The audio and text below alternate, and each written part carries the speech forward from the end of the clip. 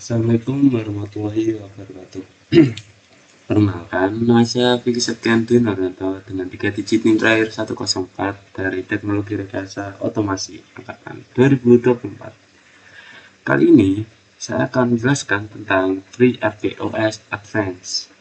Oke, langsung saja. Laluan FreeRTOS Advanced. FreeRTOS tidak hanya menyediakan fitur dasar seperti task and queue, tetapi juga berbagai fitur lanjutan yang mendukung pengembangan sistem embedded yang lebih kompleks.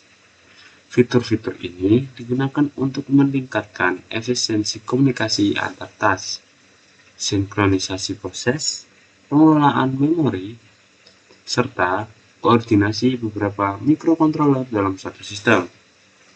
Pemahaman terhadap fitur advance sangat penting untuk membangun aplikasi real-time yang andal dan responsif. Event Group. Event Group merupakan mekanisme sinkronisasi yang menggunakan kumpulan bit flags untuk merepresentasikan berbagai kondisi atau event dalam sistem. Setiap bit dapat menunjukkan status tertentu, sehingga satu task dapat menunggu satu atau beberapa event sekaligus sebelum melanjutkan eksekusi. Dibandingkan penggunaan banyak semafor, event group lebih efisien untuk sinkronisasi multiple event yang terjadi secara bersamaan.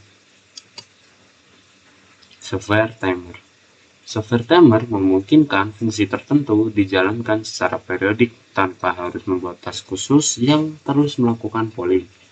Timer dikelola oleh timer daemon task, sehingga penggunaan sumber daya menjadi lebih efisien. Selain digunakan untuk operasi periodik non-blocking, timer juga dapat dikontrol dari task lain maupun perangkat eksternal melalui mekanisme remote timer control. Task notification. Task notifications adalah metode komunikasi langsung antar task yang memiliki overhead sangat kecil dibandingkan queue atau semafor. Setiap task memiliki notification value yang dapat digunakan sebagai sinyal counter maupun pengiriman data sederhana. Karena ringan dan cepat, fitur ini sering digunakan dalam pipeline data dan aplikasi yang membutuhkan respon real-time tinggi. Semaphore varieties. FreeRTOS menyediakan beberapa jenis semafor untuk kebutuhan sinkronisasi yang berbeda. Binary semaphore digunakan sebagai sinyal sederhana antar task, sedangkan counting semaphore dapat menghitung jumlah resource yang tersedia. Selain itu, terdapat mutex yang dirancang untuk proteksi resource bersama dan dilengkapi mekanisme priority inheritance guna menghindari masalah priority inversion. Memory management. Pengelolaan memori pada FreeRTOS dilakukan menggunakan beberapa skema alokator, yaitu heap 1 hingga heap 5. Masing-masing memiliki kelebihan dan keterbatasan dalam fleksibilitas serta efisiensi penggunaan RAM. Pemilihan skema heap yang tepat sangat penting karena dapat mempengaruhi performa sistem dan mengurangi resiko fragmentasi memori pada aplikasi jangka panjang. Static allocation. Static allocation memungkinkan objek RTOS seperti task, queue, semafor, dan timer dibuat menggunakan memori yang telah dialokasikan sebelumnya. Pendekatan ini menghilangkan ketergantungan terhadap heap dinamis sehingga penggunaan memori menjadi lebih deterministik. Oleh karena itu, static allocation sering diterapkan pada sistem safety critical yang memerlukan tingkat keandalan tinggi. Critical section. Critical section digunakan untuk melindungi sebagian kode yang tidak boleh diakses secara bersamaan oleh task lain maupun interrupt tertentu. Pada FreeRTOS, Mekanisme ini diimplementasikan menggunakan fungsi task enter critical dan task exit critical. Metode ini cocok digunakan untuk operasi singkat yang memerlukan proteksi atomis dan umumnya lebih cepat dibandingkan penggunaan mutex. Task suspension FreeRTOS menyediakan fungsi task suspend dan task resume untuk mengontrol status eksekusi task selama runtime. Dengan fitur ini, task dapat dihentikan sementara ketika tidak diperlukan dan diaktifkan kembali saat dibutuhkan. Pendekatan ini membantu mengoptimalkan penggunaan CPU dan memberikan fleksibilitas dalam pengaturan alur kerja sistem.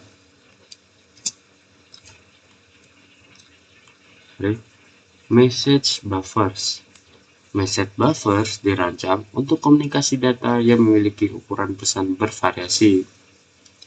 Setiap pesan disimpan bersama informasi panjang data secara otomatis sehingga penerima dapat mengetahui ukuran data yang diterima tanpa konfigurasi tambahan. Fitur ini sangat berguna untuk transfer paket data yang tidak selalu memiliki ukuran tetap. Stream buffers. Stream buffer digunakan untuk mentransfer aliran byte secara kontinu antara satu pengirim dan satu penerima. Berbeda dengan message buffer, data tidak dipisahkan menjadi paket-paket pesan tertentu. Selain itu, stream buffer menyediakan mekanisme trigger level yang memungkinkan task penerima menunggu hingga jumlah data tertentu sehingga data tertentu tersedia sebelum melakukan pembacaan. Queue sets memungkinkan sebuah task memantau beberapa queue dan semafor secara bersamaan melalui satu titik pemantauan. Dengan fitur ini, task tidak perlu melakukan pengecekan satu persatu terhadap berbagai sumber event. Penggunaan queue sets dapat menyederhanakan desain sistem dan meningkatkan efisiensi dalam penanganan banyak sumber data. Multi-MCU coordination. Pada sistem embedded yang kompleks, beberapa microcontroller sering bekerja secara bersamaan untuk membagi beban pemrosesan. FreeRTOS dapat mendukung koordinasi tersebut melalui komunikasi UART yang dipadukan dengan objek RTOS seperti queue, semaphore, atau notification. Pendekatan ini memungkinkan sinkronisasi data dan distribusi tugas antar MCU menjadi lebih terstruktur dan efisien. Kesimpulan, fitur-fitur advance pada FreeRTOS memberikan kemampuan yang lebih luas dibandingkan penggunaan task dan queue dasar. Event groups, software timer, task notification, semaphore, serta berbagai metode komunikasi data membantu meningkatkan efisiensi sistem secara real-time. Selain itu, dukungan manajemen memori, static allocation, dan koordinasi multi-MCU menjadikan FreeRTOS sebagai platform yang sangat kuat untuk mengembangkan aplikasi embedded modern. Oke, terima kasih. Langsung lanjut ke percobaan.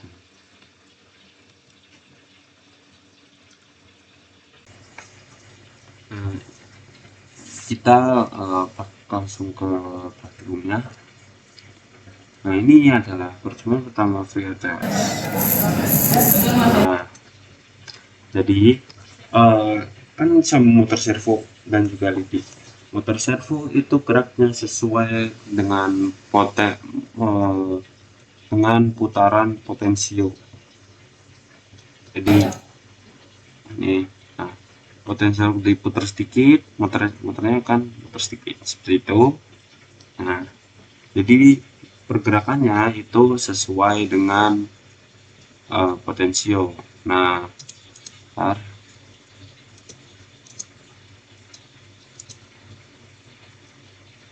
Nah, ini kelihatan berapa derajatnya itu akan muncul di LCD ini dan juga. Nah, ini dipasangi sensor jarak juga.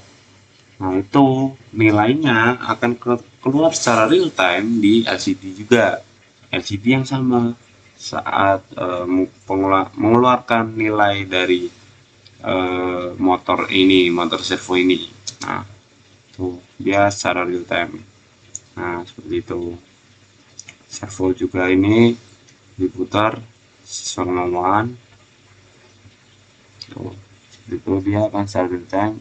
Nah, ini tuh diputar dikit juga dia akan naiknya dikit, diputar kenceng juga dia akan putarnya kenceng, tergantung dari putaran potensio itu sendiri, seperti itu. Nah, ini serial monitornya, monitor nunggu nunggu tuh, ini keluaran dari serial monitornya yang ada di mana, VS Code. Ya, menunggu terus. Oke, kita lanjut ke percobaan kedua. Oke, ini adalah percobaan kedua, yaitu ya tetap menggunakan STM 2. Dia menggunakan sensor gas dan juga layar ya. Nah, ini untuk sensor itunya, sensor panasnya ini nggak bisa di zoom ya. Ini keluar, ini berapa derajatnya itu keluar ini dari sensor panas itu, termokopel itu dia keluar nilainya. Terus sekarang ini sensor gas. Nah, nanti keluar juga nilainya di sini secara real time, dan juga di serial monitor VS Code itu juga keluar nilainya. Nah, ini codingan ini adalah virtual display are initial in main. Ya, codingan untuk di sininya ya, dijadikan satu di sini, jadi keluarannya langsung di situ semua. Nah, ini saat dibakar nih suhunya langsung meningkat drastis dari 45 derajat langsung jadi 56 gitu. Nah, suhunya di atas. Oke, itu. Oke. Mohon maaf jika saya ada salah kata. Wabillahi taufiq wal hidayah. Assalamualaikum warahmatullahi wabarakatuh.